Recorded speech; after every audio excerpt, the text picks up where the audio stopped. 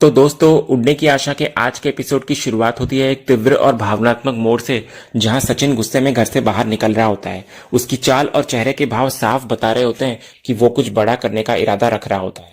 तभी सायली सचिन को रोककर पूछती है कि वो कहाँ जा रहा है। तो सचिन का गुस्सा इधर सातवें आसमान पर होता है। वो कहता है मंजरी की हालत देखकर उसका मन भारी हो चुका है और वह सीधा उसके पति से हिसाब चुकता करने की ठान चुका होता है। वो चाहता है कि उसे मंजरी के घर का पता मिले ताकि वो जाकर उसे सबक सिखा सके। तो सायली सचिन को समझाने की बहुत कोशिश करती है कि गुस्से में उठाया गया कोई भी कदम हालात को सुधारने की बजाय और बिगाड़ सकता है। फिर सायली सचिन को शांत रहने और सोच समझकर फैसला लेने के लिए कहती है। सायली उसे यह भी समझाती है कि अगर सचिन इस तरह जाकर कुछ उल्टा सीधा कर बैठेगा तो इसका नुकसान सबसे ज्यादा मंजरी को ही होगा। फिर सायली सचिन को याद दिलाती है कि मंजरी एक ऐसे माहौल से घिरी है जहां न सिर्फ उसका पति बल्कि उसका पूरा परिवार उसके आत्मसम्मान को कुचल रहा है। अगर सचिन कुछ करता है तो बदले में वो लोग उसे और भी अधिक प्रताड़ना दे सकते हैं। इधर सचिन इस सब के बावजूद मंजरी की सुरक्षा को लेकर चिंतित होता है और कहता है कि वो हर दिन जाकर उसकी हालत पर नजर रखेगा। सायली उसे संयम से काम लेने की सलाह देती है। फिर वो ये कहती है कि अगर मंजरी खुद अपने लिए आवाज नहीं उठाएगी तो उनकी कोशिशें अधूरी रह जाएंगी। उन्हें मंजरी को यह एहसास दिलाना है कि अब वो अकेली नहीं है, उसके पास एक सहारा है जो उसे निर्णय लेने की आजादी देता है। फिर सायली इस बात पर भी जोर देती है कि मंजरी को खुद तय करने देना जरूरी है ताकि उसे कभी ये ना लगे कि उसके लिए कोई और उसकी जिंदगी का फैसला ले रहा है। इधर सचिन अब भी भावुक होता है और वो सवाल उठाता है कि आखिर कुछ मर्द अपनी पत्नियों पर हाथ क्यों उठाते हैं। उसे मंजरी की स्थिति याद आ रही होती है और वो भीतर से टूटा हुआ महसूस कर रहा होता है।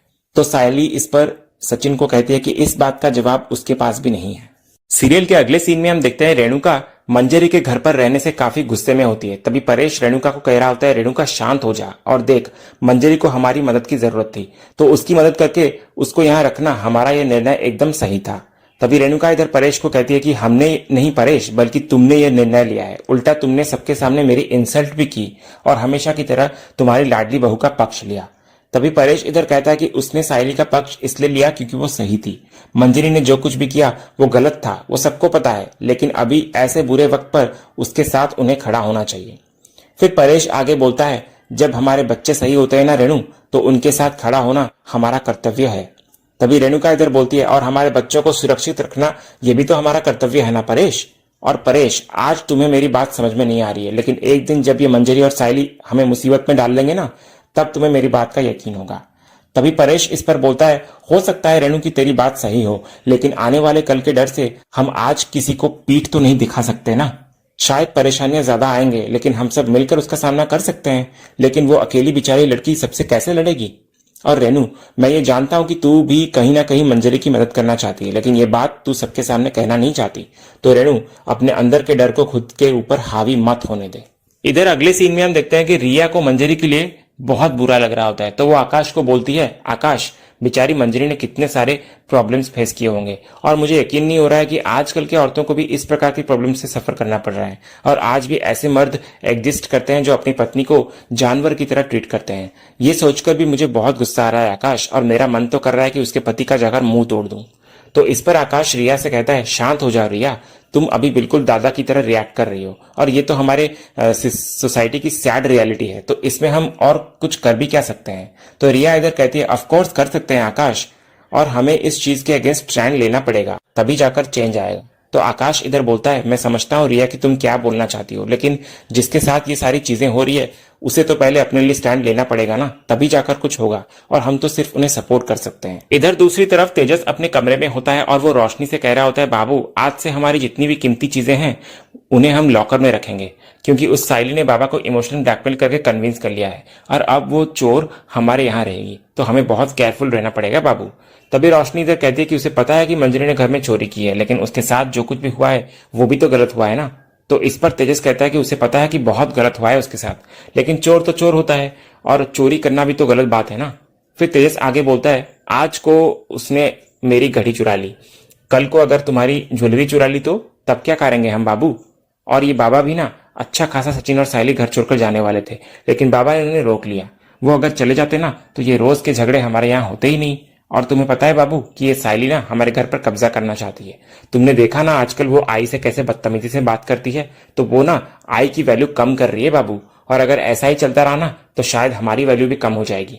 और ये जो सायली मंजरी को घर पर लेकर आई है ना, तो मुझे लगता है कि इसके पीछे कोई बड़ा कारण है। तभी इधर रोशनी मन ही मन में कहने लगती है, जो भी हो, अच्छा है साली इन सब झमेले में फंस रही है, कम से कम अब वो मेरे कामों में तो टांग नहीं अड़ाएगी। अब उसका सारा ध्यान इस मंजरी वाले ड्रामे में लगा रहेगा और कैसे भी करके मुझे कल सुबह तेजस से पैसों की बात करनी ही होगी, ताकि मैं क्रिश की स्कूल की फीस और सिक्योरिटी डिपॉजिट जमा कर पाऊं।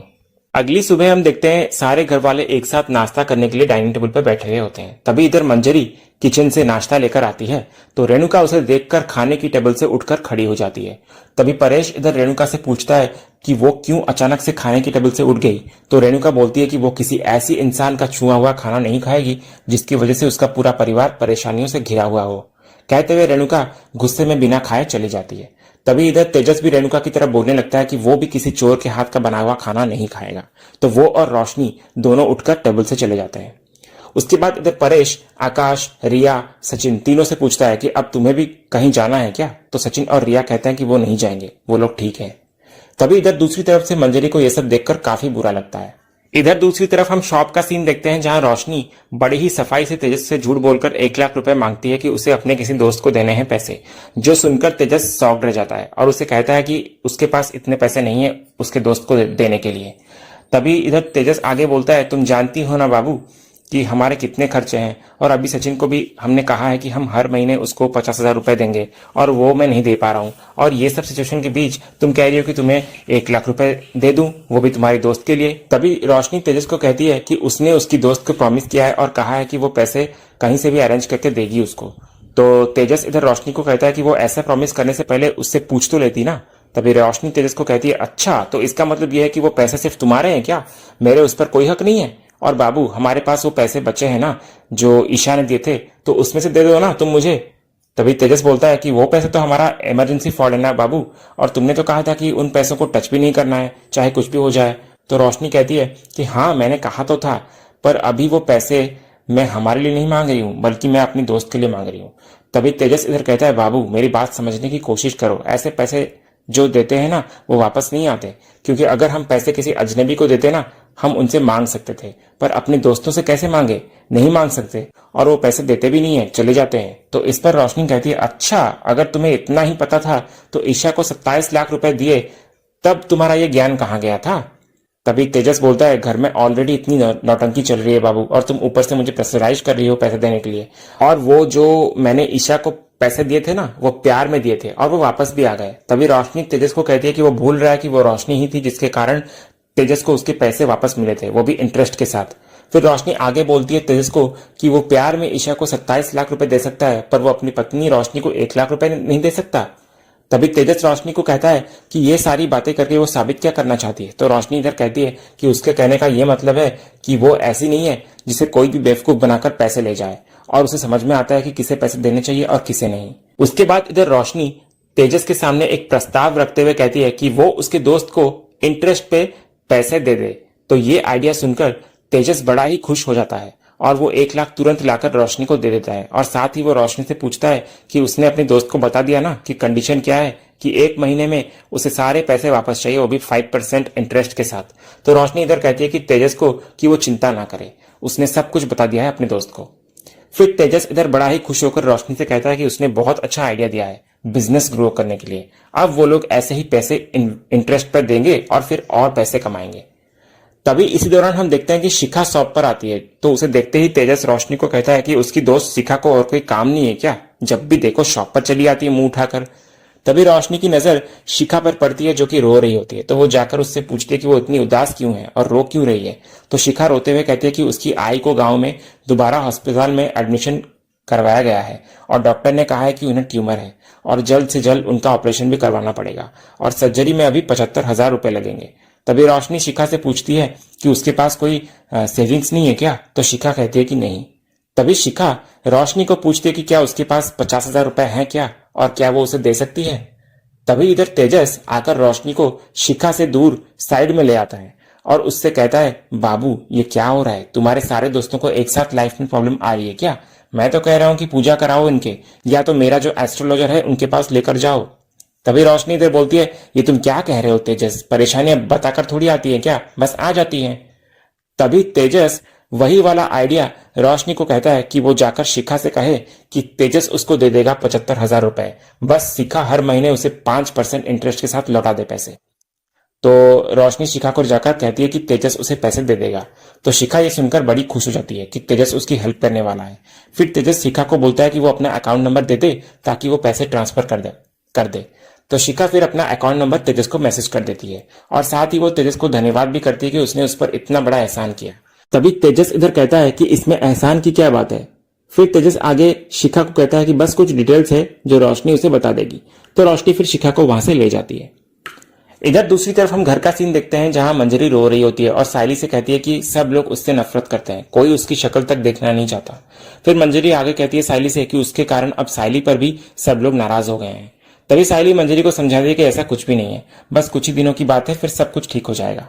तभी इसी दौरान बाहर से मंजरी के पति के चीखने की आवाज आती है जहां वो मंजरी को पुकार रहा होता है और उसे बाहर बुला रहा होता है। इधर बाहर का सीन हम देखते हैं जहां मंजरी का पति तमाशा खड़ा कर चुका होता है और सारे मोहल्ले वाले लोग भी इकट्ठा हो चुके होते हैं। फिर इधर शोर सुनकर घर के सभी लोग बाहर आते हैं जैसे कि रेणुका, परेश और सचिन। और ये नजारा देखकर रेणुका तुरंत परेश को कहती है, देखा परेश, मैंने कहा था ना कि इस लड़की को अगर घर में रखोगे तो एक दिन लोग तमाशा देखकर तालियां बजाएंगे, और वही हो रहा है आज। उसके बाद सचिन मंजरी के पति को आकर कहने लगता है कि वो तमाशा क्यों कर रहा है यहाँ पर। तो मंजरी का पति सचिन को कहता है कि वो कोई तमाशा नहीं कर रहा है, बल्कि वो अपनी पत्नी को यहाँ से लेने आया है। फिर मंजरी का पति कहता है, तमाशा तो आप लोग कर रहे हैं मेरी जिंदगी के साथ। तो सचिन को इधर समझ में आता है कि वो मंजरी का पति है, तो वो तुरंत उसका कॉलर पकड़कर उसे पीटने ही वाला होता है कि सायली एंड वक्त पर आकर उसे रोक लेती है। इधर मंजरी का पति सायली से हाथ जोड़कर कहता है कि वो उसकी पत्नी को उसे वापस कर दे। तभी मंजरी की सास भी आई हुई होती है, तो वो उसके बेटे को कहती है कि वो इनसे क्यों बात कर रहा है, सीधे सीधे उस मनहूस को बाहर क्यों नहीं बुलाता वो। तभी मंजरी का पति चिल्लाकर मंजरी को पुकारने लगता है। तो सायली इधर उसके पति को बोलती है कि मंजरी जब तक खुद नहीं चाहती तब तक वो यहां से नहीं जाएगी। तभी मंजरी का पति सायली के साथ बदतमीजी करते हुए कहता है कि वो होती कौन है उसके और उसकी पत्नी के बीच में आने वाली। तो सचिन इधर मंजरी के पति को कहता है कि वो उसकी पत्नी से ढंग से बात करे। तभी मंजरी का पति सचिन को कहता है कि यह पति पत्नी के बीच का मामला है, लेकिन ये सायली मैडम ने तो उसके घर के मैटर को तमाशा बनाकर रख दिया। तभी इसी शोर के बीच मंजरी बाहर आती है, तो उसे देखकर उसका पति बोलता है कि वो उसके साथ घर चले, और वो क्यों घर की बातों का तमाशा बना रही है दुनिया भर में।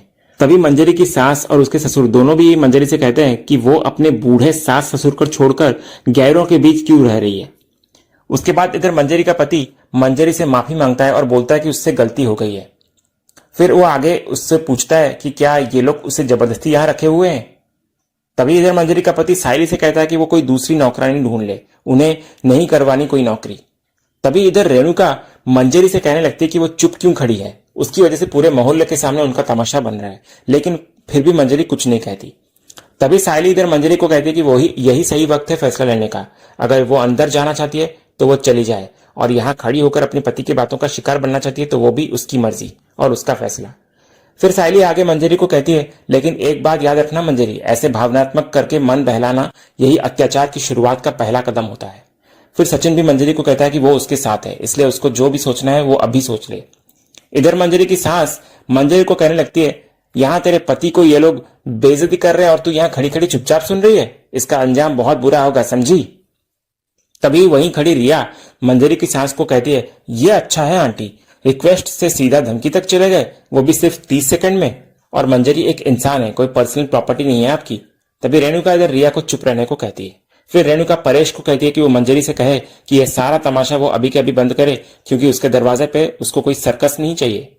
तभी परेश इधर मंजरी को पूछता है कि उसका फैसला क्या है। तो मंजरी इधर बिना कुछ कहे अपने कदम पीछे करके घर के अंदर चली जाती है भागकर।